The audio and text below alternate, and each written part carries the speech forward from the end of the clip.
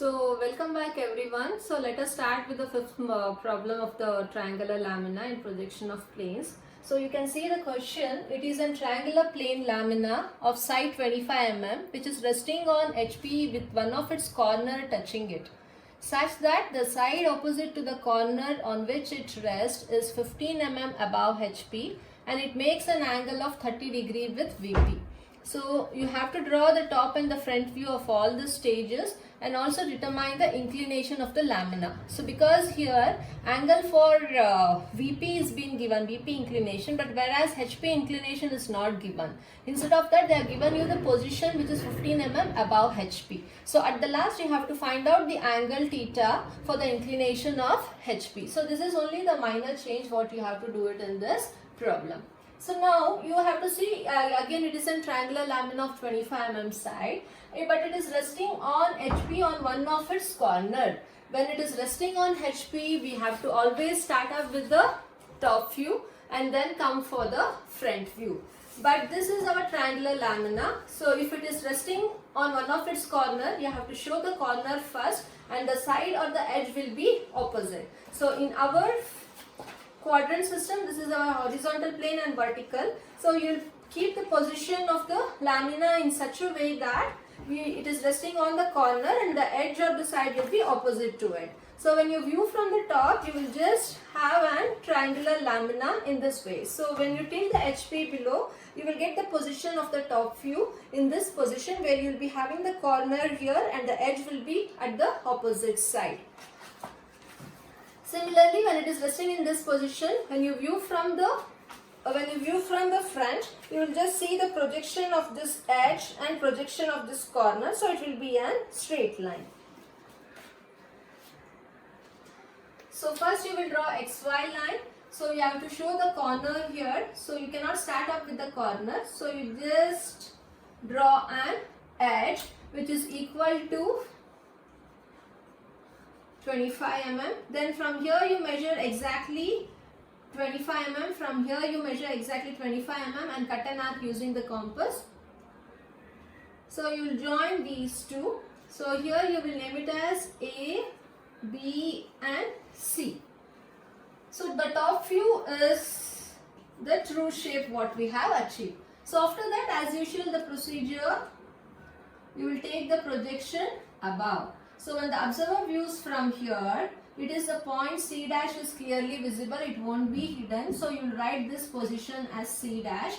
And when the observer views from here, B will be visible and A will be not visible. So you will write B dash and in the bracket you will write A dash. So you will join these two lines and darken. So this will be our front view and we have done with the first stage.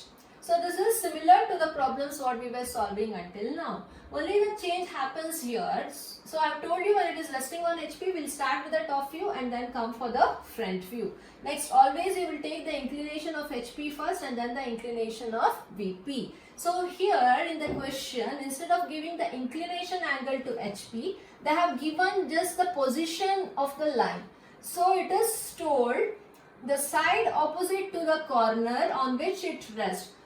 So this is the corner and this is the side. The side which is resting is 15 mm above HP, right? So you have this front view. So now what you will do is, usually we used to leave some space. So here also you leave some space and you fix this point as C dash. So in order to tilt the front view for particular inclination, we used to get the angle with respect to HP.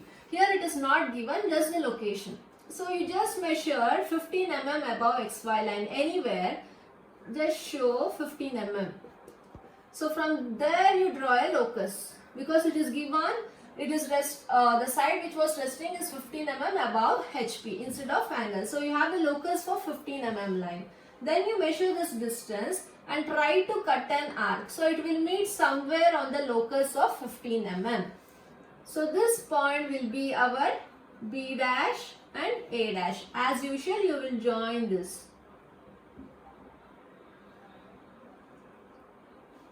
After joining this, then you have to take the projection. You can show this 15 mm little bit far away also.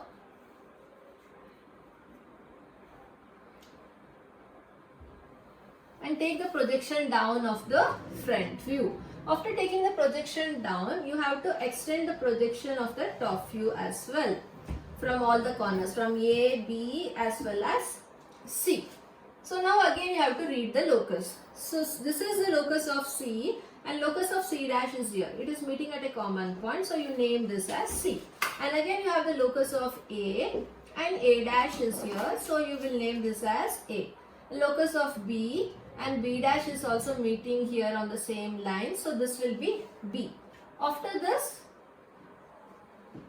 we'll just join A to B, C to B and C to A, and we get the top view of the second stage. Okay, so second stage is completed now. And the last part is same. It is told that the corner on which it rests is 15 mm above HP and it makes an angle of 30 degree with VP. So this is the corner, okay, such that the side opposite to the corner. So this is the corner and this is the side. So the side now which is opposite to the corner will be shifted to 30 degree to VP. So you can see, you can either take 30 degree to VP in this way or 30 degree to VP in this way, depending upon the availability of the space in your sketchbook. There is no restriction that you have to take in this way only. So we will take 30 degree to VP. So it is told the side opposite to the corner is been inclined to 30 degrees. So this is a side. So leave some space and mark this as point A and measure this distance and cut an arc. So this will be point B. So we know now A and B, one more point C is needed. And again here this is a problem with respect to the side or the edge and the corner, not with respect to the median. And hence no beta angle comes here. So after locating, because the true shape of the side here will be similar to the true length of the side or the edge O in the second stage also. So we will measure this C to A how much it is using compass. You will cut an arc and again from C to B using compass you cut an arc. Then you join both. So this will be C. After this, as usual, you will take the projection from C, from B and from A. So now you have to see. This is the locus of A and it is meeting at A dash. So this point will be nothing but our A dash. So this is the locus of B and locus of B dash is meeting here. So this will be nothing but our B dash. And similarly, this is a locus of C and locus of C dash is meeting at this point. So this is our C dash. So you will join A dash to B dash, B dash to C dash and A dash to C dash. So now we have got the front view and the top view of the third stage as well. Okay, so this is a true shape of the top view. So this is the apparent shape of the top view and this is the inclination of the apparent shape of the top view for 30 degree.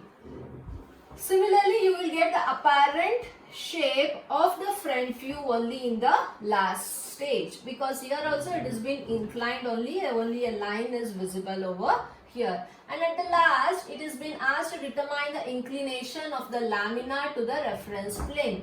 So that's, we don't know this angle, right? So we knew only the distance 15 mm above. So now you have to keep the protractor here and measure what is the angle you are getting and kindly write down that angle, how much you get. So if you don't calculate, even the marks for that will be deducted. So see that you will solve the problem with respect to the question asked and find out all the unknown values which is being asked.